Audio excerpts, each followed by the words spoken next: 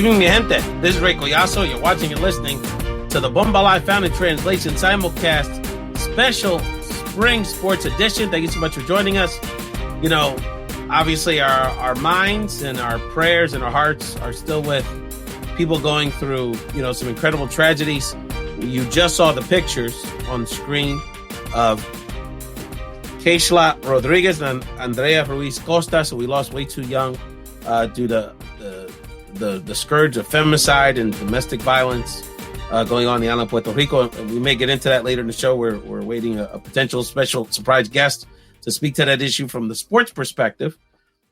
But also our hearts and minds are with La Gente de Colombia, who are going through civil unrest, and the people, La Gente de Pueblo, are raising their voices in a very powerful way. And unfortunately, the government is responding very harshly. So, you know, nuestras oraciones a la gente humilde de Colombia, we're with you 100%. So in the midst of all this heavy duty stuff that I've been talking about on social media the last several days, we wanted to lighten it up. We wanted to kind of check in with the sports whisperer and really our point person here at Found in Translation and Bomba Live for all things sports. And maybe get my opinions on some of this stuff, because, you know, I'll be in it for real. And as a Philly sports fan, I'm rocking my Trust the Process shirt. We're very excited. Our Sixers are about to enter the playoff season. So a lot going on here. And again, we're going to get into a lot of, and also some new, very special announcements about Bomba Live 2 coming up June 12th, 2021, family. June 12th, 2021. Don't do anything but be in front of your laptops and checking us out, Bomba Live 2. So let's get to it. The Sports Whisperer is back.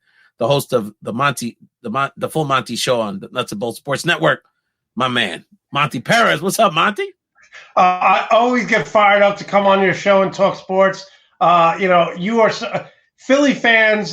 I'm from New York, New Jersey. I have friends all over the country from Chicago, Boston. But there's something special about Philadelphia fans. You can't match the intensity. Special in like the, you know, you may need to call 911 special. We are obnoxious. We're loud and proud, and I wallow in it. Or throw snowballs at Santa Claus during a halftime show. Oh, God. Talk about living in the past. Let me tell you something, Monte. People are like, wow. You know, one of the biggest things doing podcasting, people have told me, especially my non-Philly friends and people that know me from my work around the country, is you're like, wow, Ralph, you're like really into sports. You like become a different person when you talk about this stuff. Let me tell you something. I've had a crush on my wife since I was 15 years old. Decades plus go by. She don't pay me no mind. By happenstance, the stars aligned. One of my brothers marries her cousin. We end up at a pre-wedding event, and it's the day that I forget which pitcher it was. One of the Phillies pitchers threw a no-hitter, and I happened to be sitting there with her cousins and like real guys, you know, like guys she respects, you know, men's men, and I'm sitting there yelling and screaming with all of them just like that. And you know what? A week later, we were dating, Monte. You know, one of the things she told me was, she said, you know, seeing you be like seeing that side of you was appealing. I didn't know that. So sports literally got it done for me, brother. Brought us together. No question about it. Later on in the show, we're going to talk about NBA playoffs. We're going to take, again, we may get into some of the sort of the sports angle and what's the sports world responsibility to address some of these social issues, particularly impacting the women in our community. And in, you know, the case of Puerto Rico, the island of Puerto Rico and the Latino community specifically. And we'll get into our stuff. And I know my Sixer fans want to hear Monte's take on that. And there's other nations. Jets Nation wants your pulse. Cowboy Nation's waiting a bated breath to hear what you have to say. And we'll get to that. But first, let's talk a little NFL draft. You know, I'm so excited to talk to you about this, brother, because I thought the NFL draft was so appealing. And we'll get into the big boy quarterbacks. But let's just start here before we get into the quarterbacks in general. Monte, what's your big picture takeaway from last week's NFL draft? Well, my big picture takeaway is you heard the expression that nothing like a woman scorned. Okay, Aaron Rodgers was scorned last year in the NFL draft. Now, for those who don't know, the Packers have not drafted a skill position player since Aaron Rodgers was drafted. And what did they do last year? They draft Jordan Love out of Utah State in the first round. The guy, and listen, if Jordan Love was the backup, then I'd say, okay, the Packers got something here. But he was a practice squad player. He was fourth string sometimes on a three quarterback. Yeah. And when Aaron Rodgers goes to the NFC Championship, he sees Tom Brady, who's been the fourth option all year long. He sees him going to Antonio Brown. Aaron Rodgers has Devontae Adams, and that's it. If I'm Aaron Rodgers, I get out of Green Bay. And look at all my Green Bay stuff. I'm a Green Bay fan. But if Aaron Rodgers leaves, I'm not one of these ride or die fans. If Aaron Rodgers leaves, I root for who he goes to. The Packers screwed up big time. Aaron Rodgers announces the day of the draft, hey, he lets it leak. I want out. And that kind of took the story away from all these young players. It was Aaron Rodgers getting revenge on what the Green Bay Packers did to him last year, and that was disrespected. I talk about this on Sunday on the Full Monty Sports Show. We go live 11 a.m. Eastern time, and I said the number one reason people cheat on their spouse, people get divorced, people leave their jobs is because they don't feel appreciated. When you go out and draft Jordan Love in the first round, you're saying to Aaron Rodgers, we like you, but it's time to move on. And Aaron Rodgers wants out of Green Bay, and rightly so. It's no surprise seeing the color scheme you have behind you and the branding. And anyone that follows the Fourth Twister on social media knows Aaron Rodgers is his homeboy, no question about it. And this look of him, he's shown more love to the Jeopardy production team than the management of the Green Bay Packers this offseason. Yes. And so I guess my question to you is, what's your prediction? What do you think is going to happen here with Aaron Rodgers? Because let me tell you something. I share your love for Aaron Rodgers. He's of the modern era. He's my favorite superstar quarterback. I think the guy's a total stud. And you're right. It's somewhat analogous to what happened with the Eagles. It's interesting how during the McNabb era, we never gave the guy skill position players. We never gave the guy the full weaponry until the last year with Owens. And, of course, Owens, yeah. And then, of course, Wentz, we're doing everything we can. All we do is draft offense. Our defense suffers. And, that whole saga plays out. But my point is that if you're going to invest in anybody to make them happy, it's the franchise quarterback. So what do you think ultimately is going to happen? Do you think he'll hold out? They'll trade him?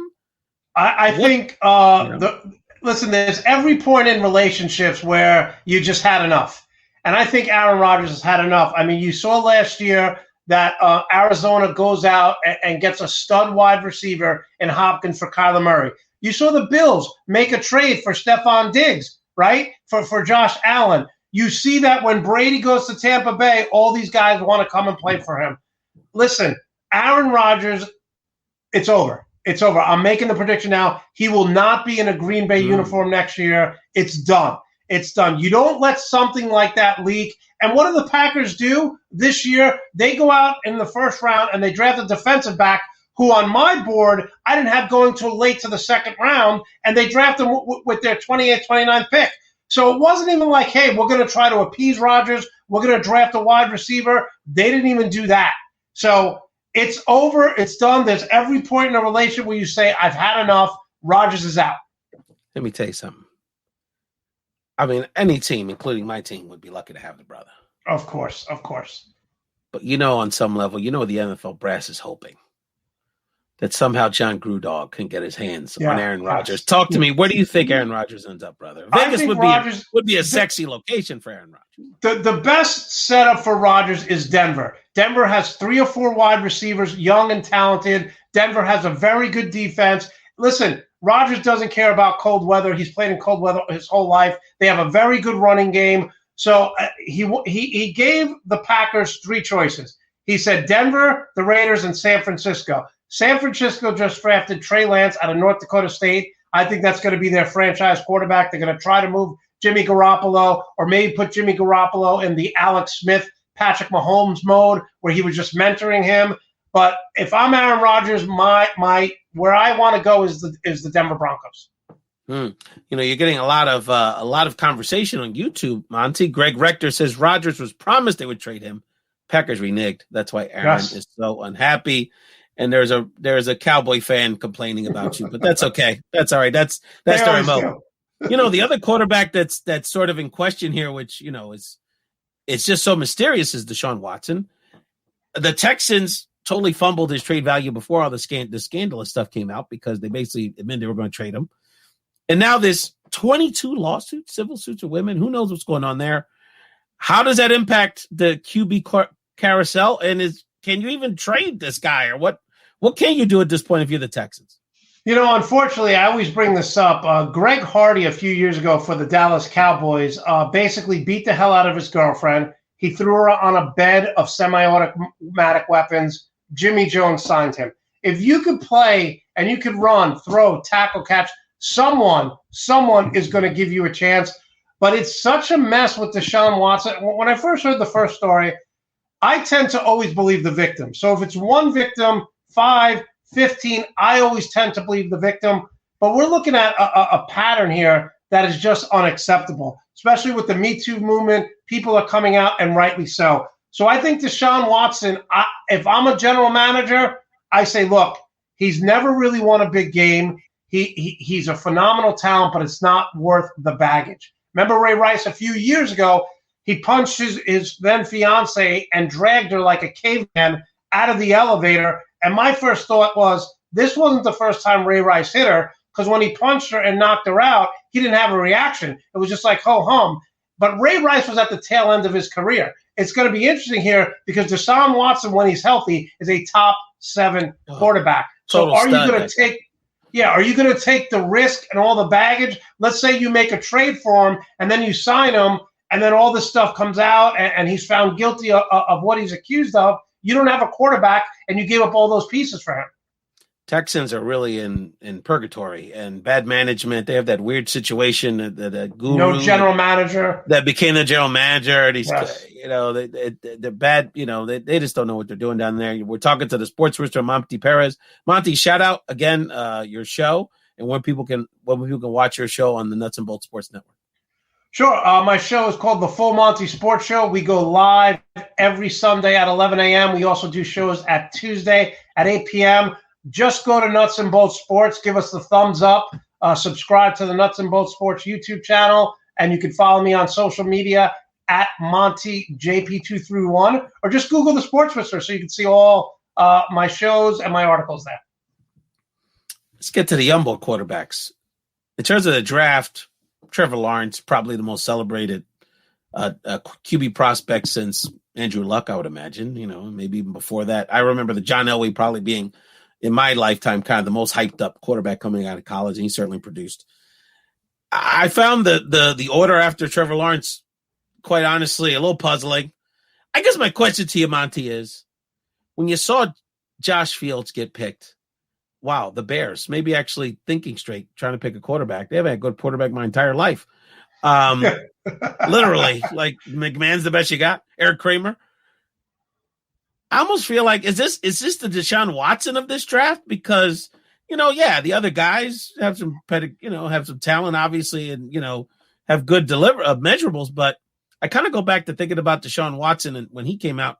What else could Fields have done at Ohio State more than he did to prove that he was a cut above some of these other guys?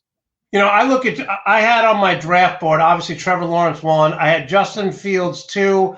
I had Trey Lance, who from North Dakota State 3. And obviously Mac Jones, I didn't have that high. Zach Wilson, the Jets picked him. But let's just talk about the Bears for a minute, right? They move up in the draft.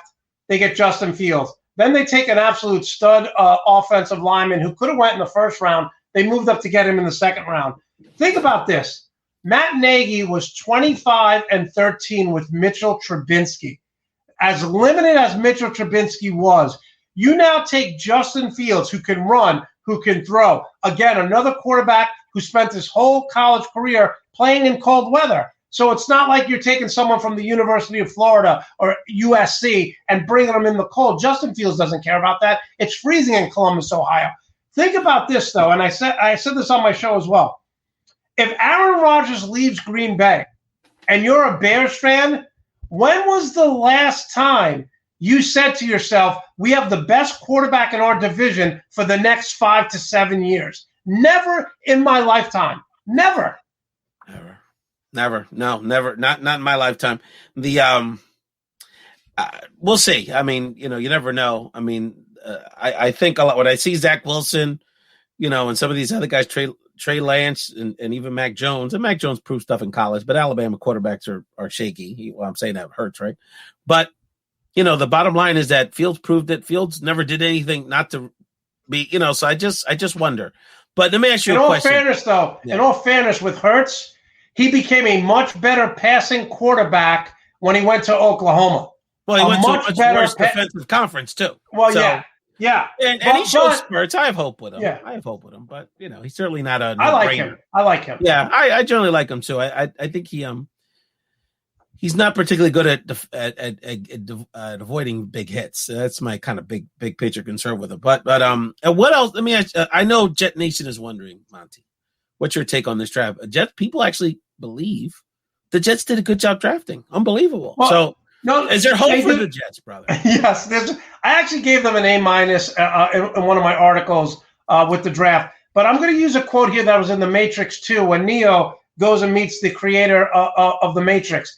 He says, "Hope, it's human beings' greatest strength and greatest weakness." That is what it's like being a Jet fan. Because I'm going to tell you right now, if you had a check mark of what you need in the draft, first you would go quarterback. They took Zach Wilson.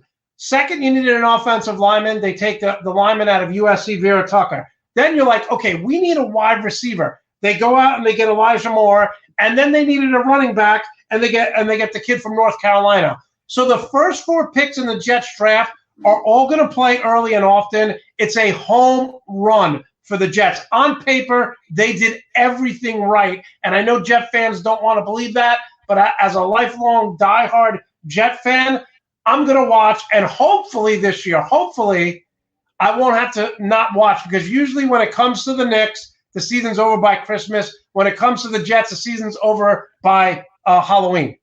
I know our Jet super fan Jorge, the Dominican baller Martinez, will sleep a little better tonight knowing he feels good about this. They did a great job. It's interesting. I was sharing with our Cowboy super fan Angel Rivera from San Antonio that I said, it's so interesting is that you probably picked the best defensive player in the bad, Michael Peters. What a stud linebacker that kid is out of Penn State. But it doesn't matter because talent's never the issue in Dallas. It's the mismanagement. So we'll see about the Cowboys. My Eagles. I think getting Dan Quinn is going to make that defense. I could say with the talent level there, they should be top 12, top 10, especially if you're going to look at Washington, who we know that Ryan Fitzpatrick is a turnover machine. Daniel Jones is still questionable, and we don't know how good Hurts is going to be. So Dallas's defense could really do something special talent-wise, and with their new defensive coach, used to be the head coach of Atlanta. Well, he was a hell of a defensive coordinator with Seattle, had a lot of talent, but McCarthy is really, talk about the residue of how long Rodgers has been lamenting up in Green Bay, right? Because McCarthy hasn't shown something in, when has he really shown anything as a coach? So we're talking to Monte Perez about the NFL draft.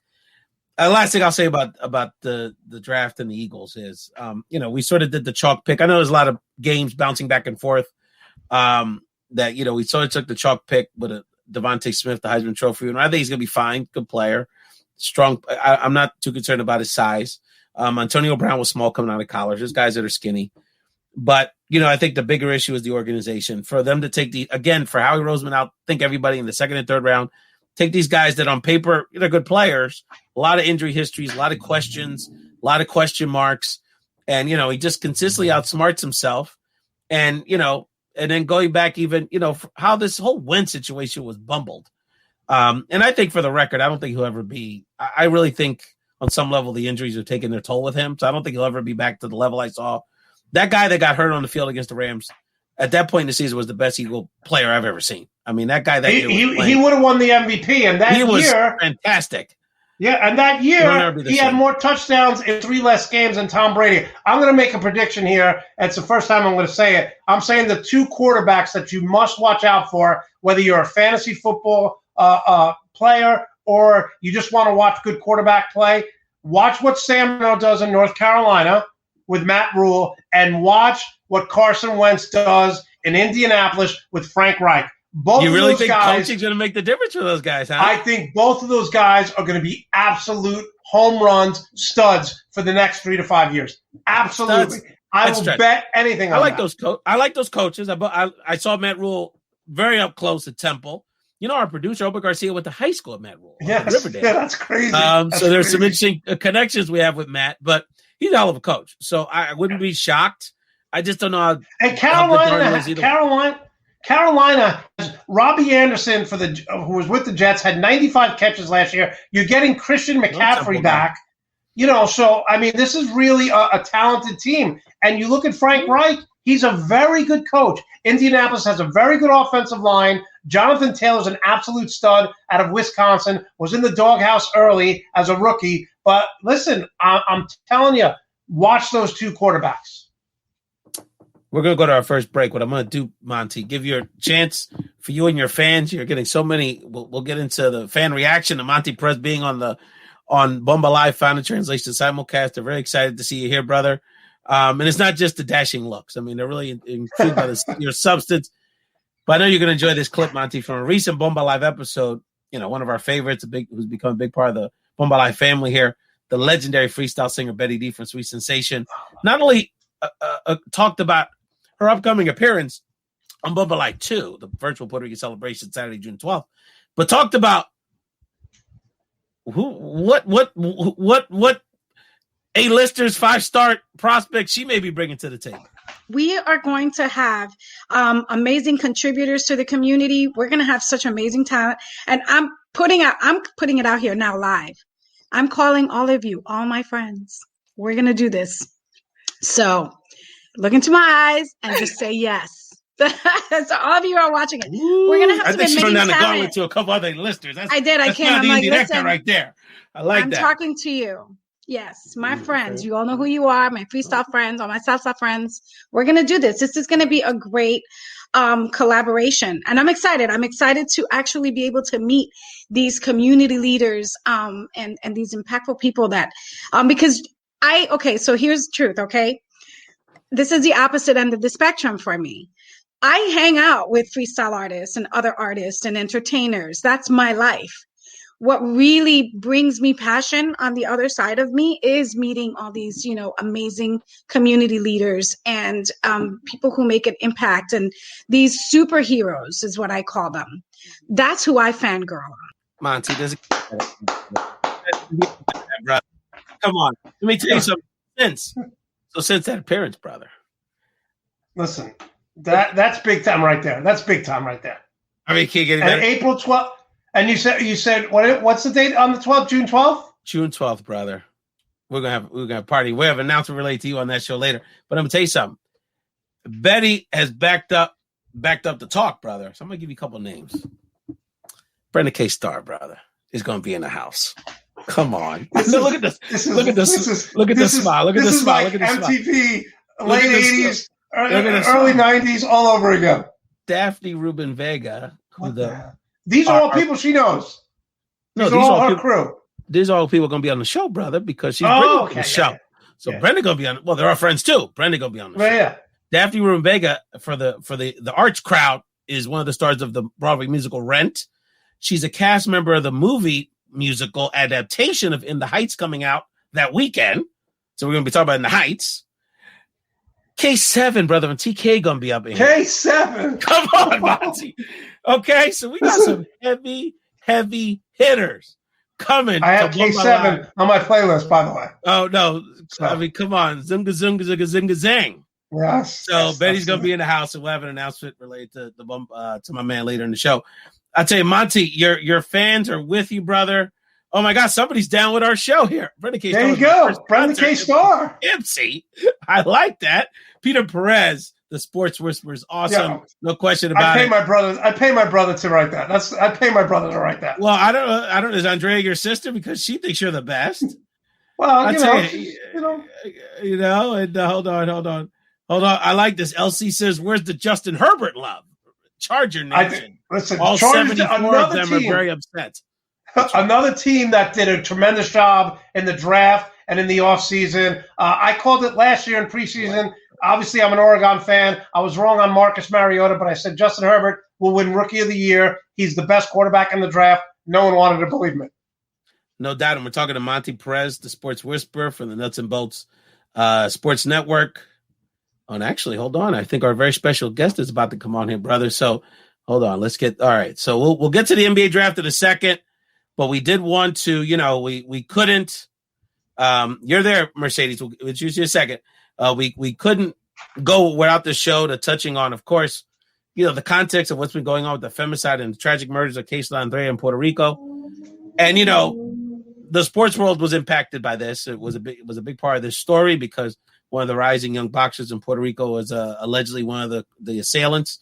So we wanted to talk to someone not only that is involved in the boxing industry, Monte, to have a conversation around what's the boxing world's responsibility, what's the sports world's responsibility to addressing issues of domestic violence, and someone that, we couldn't have had literally the perfect person to be part of this conversation. One of the top boxing promoters in combat sports, Monte, and also one of the few Latina prominent boxing promoters, and someone not only is is very aware of the people in this network and also a candidate for county council in upstate Pennsylvania, Bureau Rochester, Mercedes Vazquez-Simmons. Call her Miss Simmons if you're nasty. Yeah. What's up, Mercedes? How you doing? Call me Miss Simmons if you're nasty. That's right. What's going on, Mercedes Vazquez-Simmons? So we're going to talk about your campaign in a second, but Mercedes, you wanted to come on, not only talk about the campaign and talk to Monte a little bit. Maybe you have a Buffalo Bills questions for our sports whisperer, but Mercedes, you're in a very unique position to talk about this conversation because you not only are a very proud, progressive, feminist woman, very engaged in these issues. You support the island in much of your philanthropic work, but you're also in the boxing business. And and I want to preface this, nothing we're going to talk about as it relates to, Felix Verdejo is to put any spin on what happened. Obviously, it's horrific if what's reported is true, he's a psychopath. But you have a unique perspective because you've met this young man and you're sort of at the intersection of the conversation. So Mercedes, welcome to the show, and just your thoughts about how do we start this conversation in our community around how the sports world gets engaged in addressing this issue. Well, Ray, thank you so much for having me. We're talking about two great things that I love, which is sports and politics. This is great. This should be just a segment on its own, right? Because we can fill up. You're busy. You always have a home here. I appreciate that. But yes, all of Puerto Rico and any Puerto Rican, we're all in mourning. This is horrific that's happened in these crimes that continue to happen. Unfortunate situation, but it's bringing awareness to a chronic issue we have in the island, which is domestic abuse.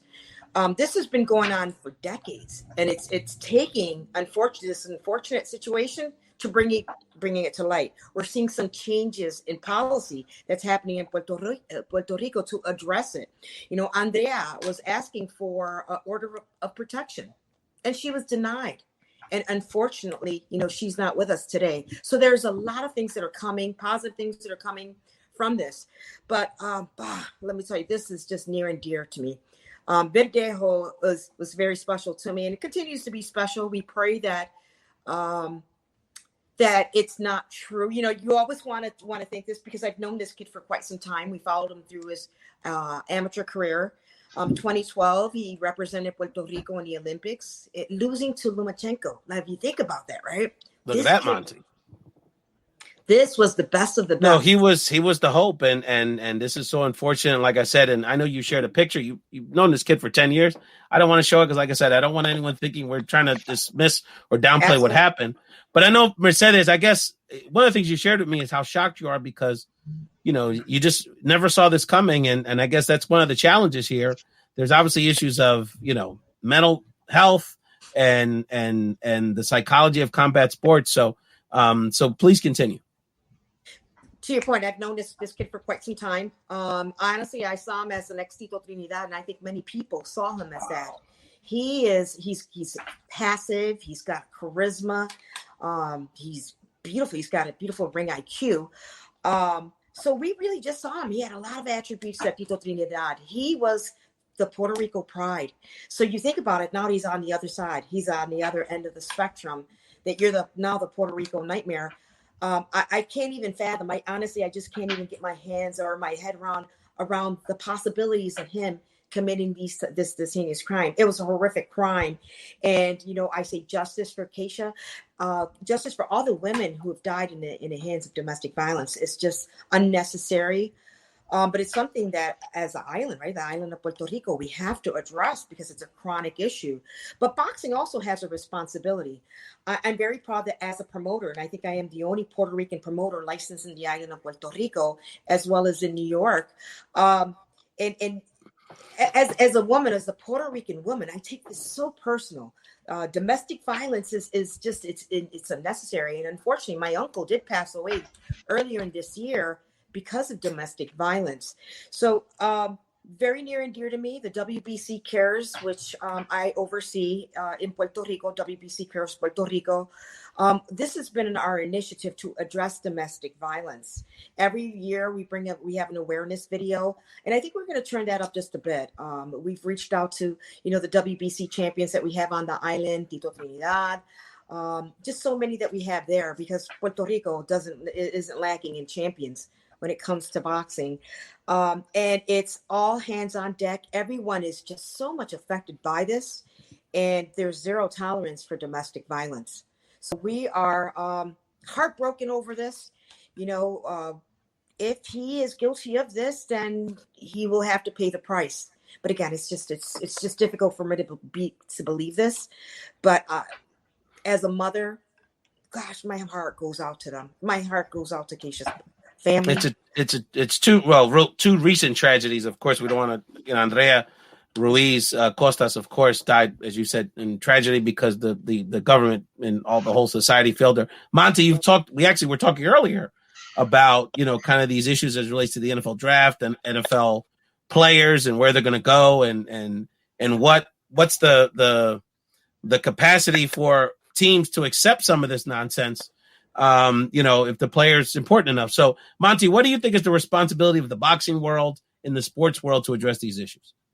Well, one of the things you said, and one of the things that really breaks my heart, is every time, for example, Nicole Brown Simpson, she said over 12 times she called the police and said, he's going to kill me. He's beating the hell out of me. And the police's response is, what did you do to upset him?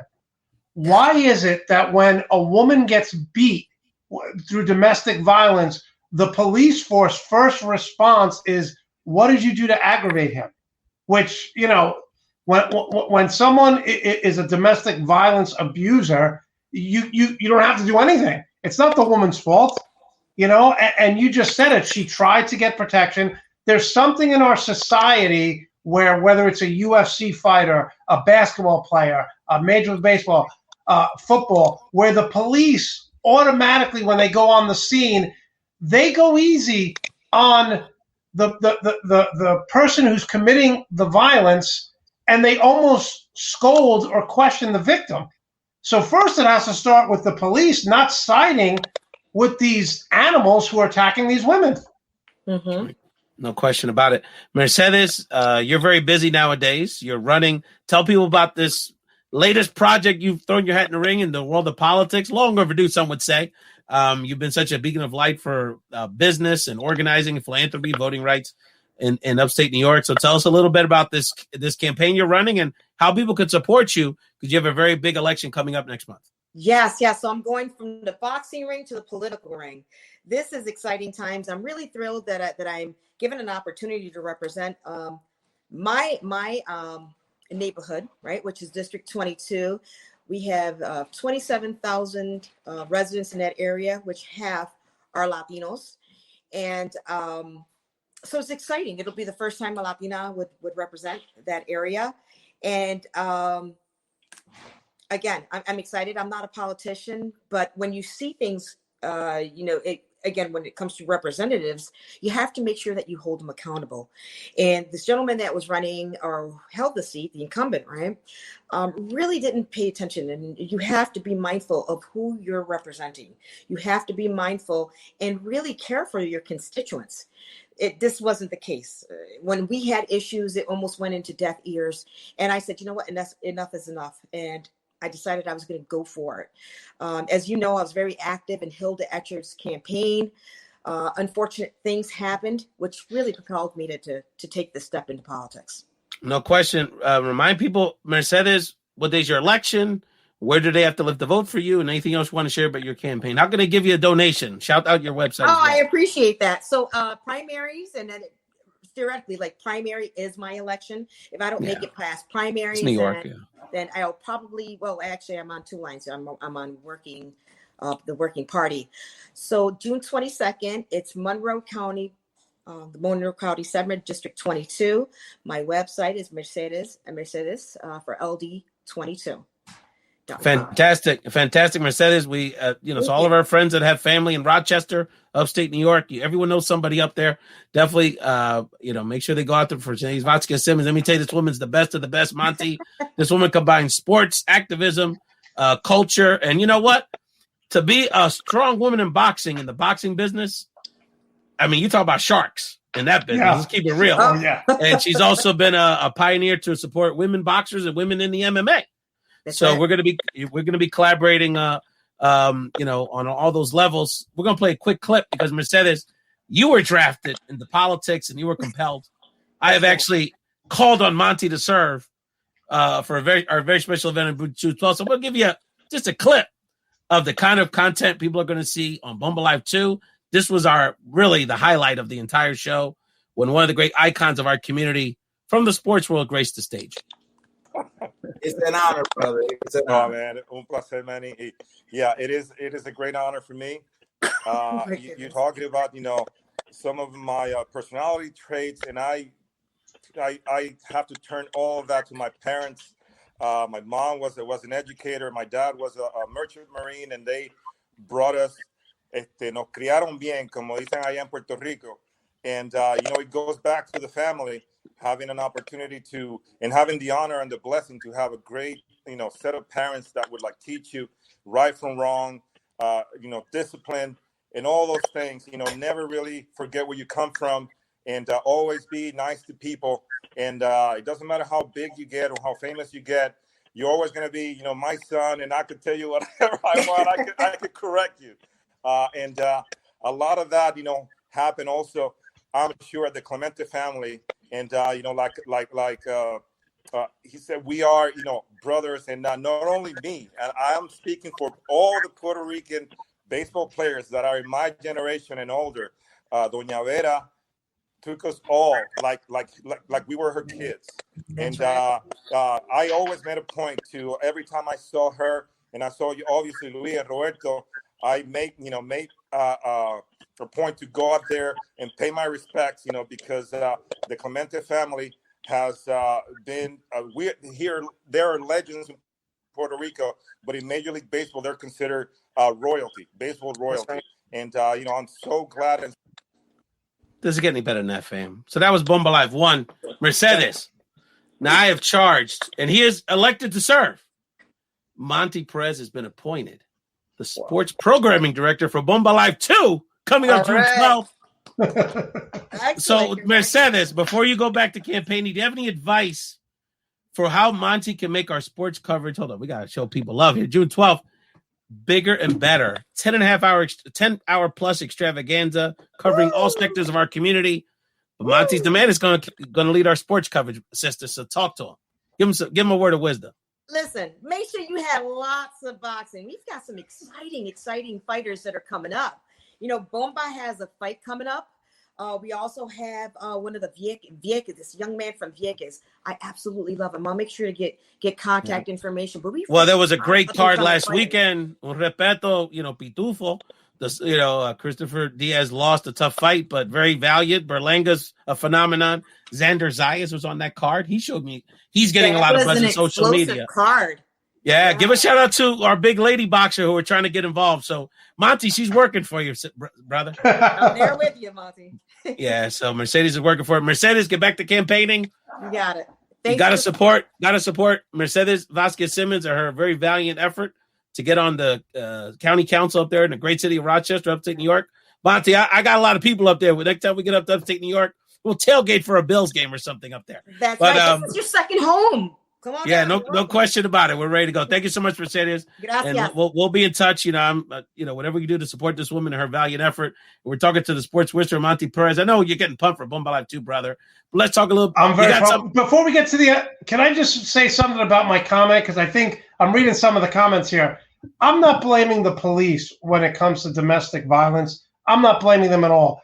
But I think one of the things that as a society, people always say, oh, doesn't someone deserve a second chance? Yes, they do. But here's my take on it. If you physically abuse a woman and you're an NFL player, and she has to get medical attention, and it's a 2 or 3 time domestic violence, you could go out and get another job. You could work at Best Buy. You could sell cars. But I have no tolerance for when someone – now, my first thought a few years ago was one strike and you're out. But then after speaking with psychologists and psychiatrists, they say that victim will be a victim the rest of their lives because they'll always blame them that they got kicked out of the NFL, and it might get worse for that person. But my point is that if you are a domestic violence abuser and it happens repeatedly, you should be banned from playing sports. Banned. If you're a quarterback, if you're an NBA basketball player, if you're a boxer, go out and make a living. But you're not making a living where people have to pay to watch you. No, and because look, the reality is major sports in this country is not only just a business, which it is, but it is kind of like part of our culture. And, that's why, and some people thought it was trivial, but when they changed the name of the Washington football team and they're changing the name of the Cleveland baseball team, when we those symbolic, what seem like trivial, not real important issues is important. So in the case of my Phillies, the fact that we brought up Odubel Herrera again, he didn't get convicted in a court of law, but, and his girlfriend dropped the charges. We kind of know the whole story. And it really kind of speaks to a community standard, which we have to draw a much stronger line. And that's part of the issue that, talking about whether it's Puerto Rico or the United States around the world, that men in our society, men in the sports world, and including our sports teams have to make a strong statement. Now, there are blurry lines, but to your point, Monte, just because nobody's saying, for a valid accusation, you can't make a living the rest of your life, but it is a privilege to play, world-class professional sports. Let's get to again, she was just talking about politics and sports.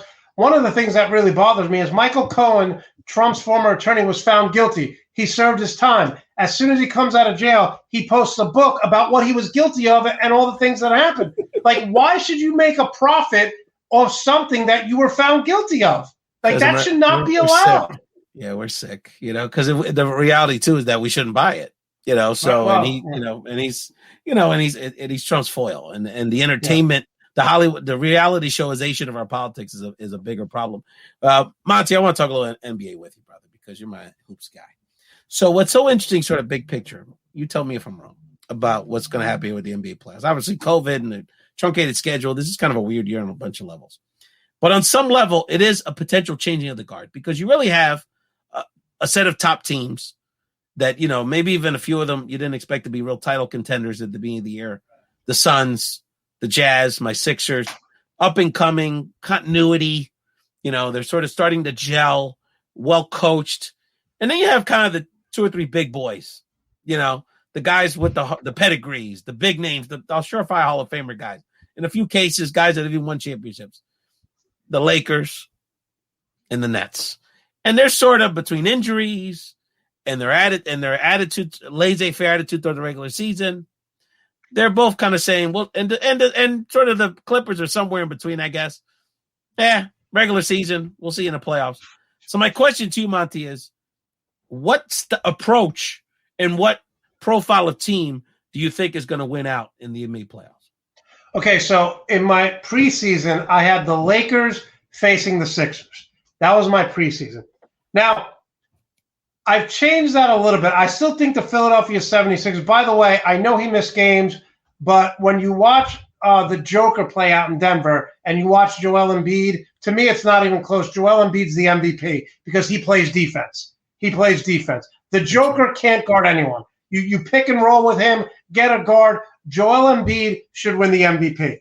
But with that said, I like the Sixers. The Nets, too many injuries. They can't guard anyone. They have DeAndre Jordan is a good interior player, but he's going to play the fourth quarter, can't hit free throws, can't shoot. So they have no one to protect the rim. I like the Sixers. I like what they did in getting Danny Green. He's a playoff guy. They got Dwight Howard, who's a very good backup. They added Curry so that when Ben Simmons is on the floor, Curry could shoot the three. But I'm going to say something here because I've been watching them the last 6 or 7 games, and I didn't believe in them all year. But the acquisition of Drew Holiday and P.J. Tucker for the Milwaukee Bucks has done something to this team. PJ Tucker was in Kevin Durant's face all night last night. He has brought a toughness to this team. Drew Holiday is scrappy. You could rely on him to be the number 2. Chris Middleton is not a legitimate number 2. He disappears in the playoffs. But Drew Holiday now, the Milwaukee Bucks all of a sudden have a toughness to them that they didn't have. And I underestimated PJ Tucker all those years in Houston because he's bringing like a little bit of a bulldog mentality to the Bucks. So in the East, I really like – first of all, I wouldn't want to play Atlanta because Atlanta is a scary team with Trae Young, and they're a year or two off, but they have talent. But right now, I'm not buying into the Nets because they're not healthy. Kyrie Irving and Kevin Durant, they try, but they can't play defense. Think about this. With Kyrie Irving, Kevin Durant, and James Harden on the floor, Kevin Durant's the best defender. That's how bad those two guys are. So I'm taking in the East. I'm taking Milwaukee and the Philadelphia 76ers to get to the Eastern Conference Finals. It is so amazing because, it is going to be such a clash of approaches, and really it's going to test the things that we always believe in. There's on one hand, the Stars win. So obviously those three, the Nets on paper have so much offensive firepower. It's incredible. Those guys are amazing if they're all on, hypothetically. They score 75 points a game, the three of them. But then the other thing is that you have to play some defense. That hurt LeBron a few times with some of those Cavs teams. They didn't play enough defense, regardless of the offense. So that's going to be interesting. The other thing is, coaching does matter. And, Steve Nash is a sharp mind, but obviously on some level that, Kyrie shows up when he feels like it. Harden and Durant play when they feel like it. And on some level, can a team that's that loosely run with, by the way, a guy who's a great player, but he wasn't big on defense when he played. Listen, it goes against everything you believe in, right? You got to practice. You got to play hard. You can't take games off. The Nets go against everything we believe in when it comes to basketball. And Doc Rivers, again, acquiring Dwight Howard, getting Danny Green. These guys are playoffs. Nothing rattles them. Danny Green is the most frustrated player in the history of the NBA because he'll go in Game 3 of a playoff series, he'll go 0 for 4. You don't know he's out there. But then in Game 4, he'll go 6 for 6 in the third quarter, hitting all threes. The problem with the Sixers, and I talk about the things you're supposed to care about, right? The guy plays defense. The guy rebounds. The guy passes. The guy rarely gets hurt. He can play 80 minutes a day. He's always in top shape. But the timidity of Ben Simmons in the half court in these big moments, it really is a problem. And I hate to sound like the Simmons hater, but it's the thing in the back of my mind I worry about. So I think at the end of the day, Tobias Harris is the key because he's going to do his thing. But if Tobias can really be that true number 2 offensively when it counts, and Simmons can really kind of be that Rondo glue Draymond Green character and not need to hit a big shot when it matters, then we're going to be in good shape. So it's going to be really interesting. And I agree with you. I'm high on the Sixers. I'm higher on the Bucks than I used to be. The Bucks, me too, are high. They're a real threat to knock out the Nets. And frankly, they've really done well against the Nets in the Sixers over the last month or so. So they're a threat for the finals. No question about it. They are playing. They failed in the playoffs for 2 years in a row. They came up short, but they have like a toughness to them now. They really do. I want to get back to the East in a second because we do have to talk about the Cinderellas in the East, the surprise Cinderellas. West Coast, brother. The Suns are playing out of their minds. You could argue Chris Paul should be considered for MVP. Devin Booker is just blossoming in front of our eyes. I don't know why the Sixers didn't keep, what's his name? The Mikal Bridges when we drafted him. Do you think still? The Lakers may have to play in the play-in tournament. Do you really think the Lakers are still going to get through this gauntlet? The Clippers are playing well. They're shooting out the lights. It's going to be really interesting in the West. I'm very concerned about the Lakers because they're not healthy, obviously. One of the things I love when they went out and they got Andre Drummond is last year their starting 5 or the 5 at the end. Their head coach is the only coach in the league who still likes to go big, right? So when they go out and last year they'd have Dwight Howard. They'd have Anthony Davis, LeBron James, Kyle Kuzma and Rondo, everyone over 6'5", 6'6". Same thing now with Drummond. He's going to play Drummond at the end of games with Anthony Davis. Then you have LeBron. Then you have Kuzma. Then you have, it could be KCP. It could be THC. It could be one of their backups. Remember, they are the longest team in the league now again, but they're not healthy. I am not buying into the Suns. I think the Suns need a legitimate another scorer. I am not buying into the Utah Jazz. Again, other than Donovan Mitchell, who's going to get to 25 points in a game 5? You're not going to get 25 from Rudy Gobert. Jordan Clarkson, Clippers, we know Paul George. Jordan Clarkson, he's going to win 6th Man of the Year. Jordan Clarkson's really doing his thing. It's amazing to see all these Lakers, Brandon Ingram, Jordan Clarkson, with the Knicks. What's his name? The power forward that the Lakers. Oh, Julius Randle. Yeah, Julius Randle's killing It's amazing to see if the Lakers kept all those players, they would be so dominant. But you can't argue what the Lakers did. They won the championship last year. Again, if the Lakers are healthy, no one is beating them in the West. No one. All right. So I'm going to show you because you just referenced it. It's hard for me as a Sixer fan to do it, but I got to do it. You got to give love to these Knicks. You got to give love to these Knicks. Long winning streaks, exciting basketball. Julius Randle, low-key MVP candidate. Monte, you follow them closely. I guess I should be concerned about this. I guess I should be concerned about them on some level. They'll be scrappy second-round opponent potentially, but throw your flowers to the Knicks. You got to give them some props. They've really been exciting this year. They've been phenomenal on the NBA League Pass. And I will say this, R.J. Barrett from year 1 and 2 has gotten better than John Morant did from year 1 and 2. R.J. Barrett plays defense. He gets to the rim. He shoots the three. He's a finisher around the rim.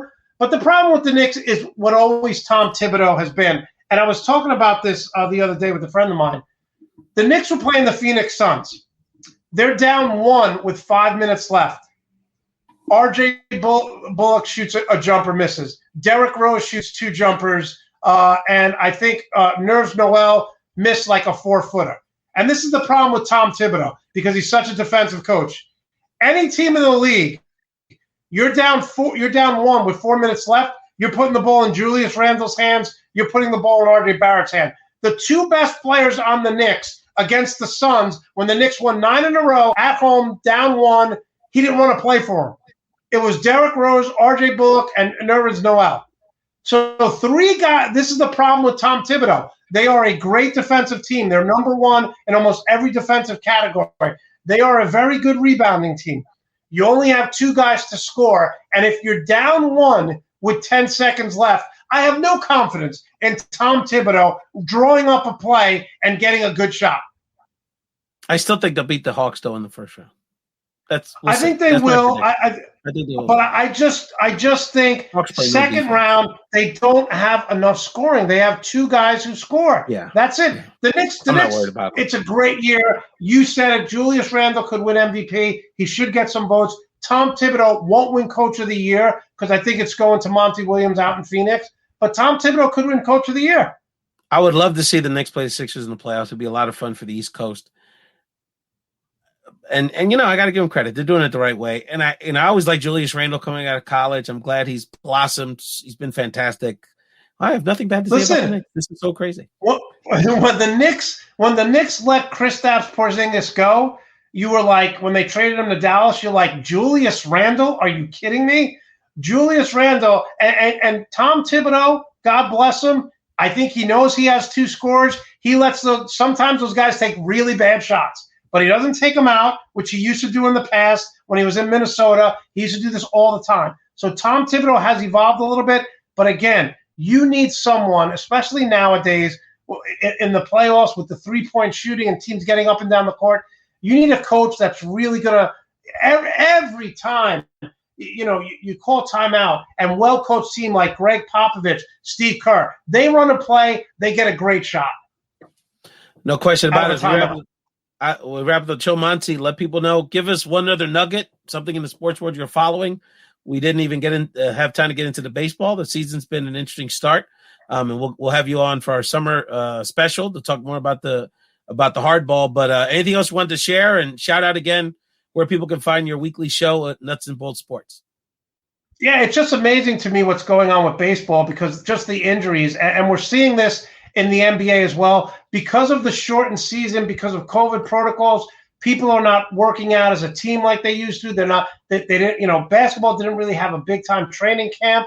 It wasn't, people are getting injured.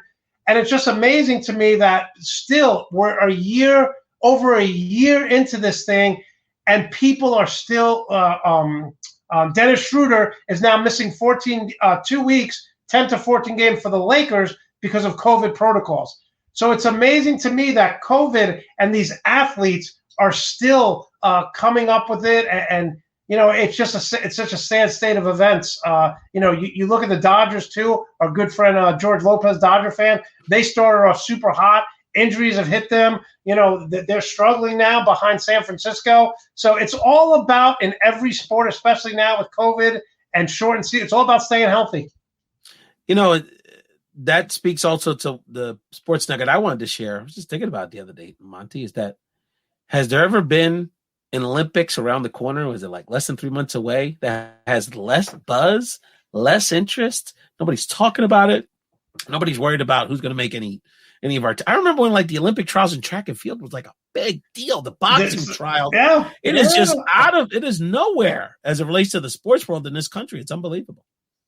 Yeah, it's crazy. My dad, we were watching a game the other day, and he's like, "Oh, the Olympic trials." He's like, "Is that still going on?" And my dad's a huge Olympic fan.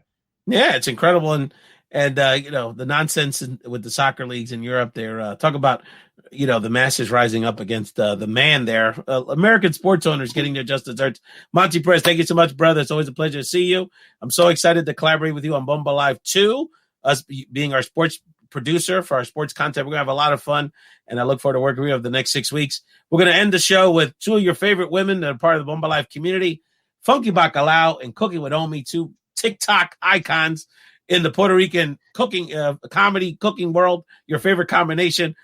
Collaborated recently, and Omi was trying to teach Funky how to make a quick and easy Puerto Rican meal. Thank you so much, brother. I'll see you soon. And again, support Nuts and Bolts Sports, support Monte Perez.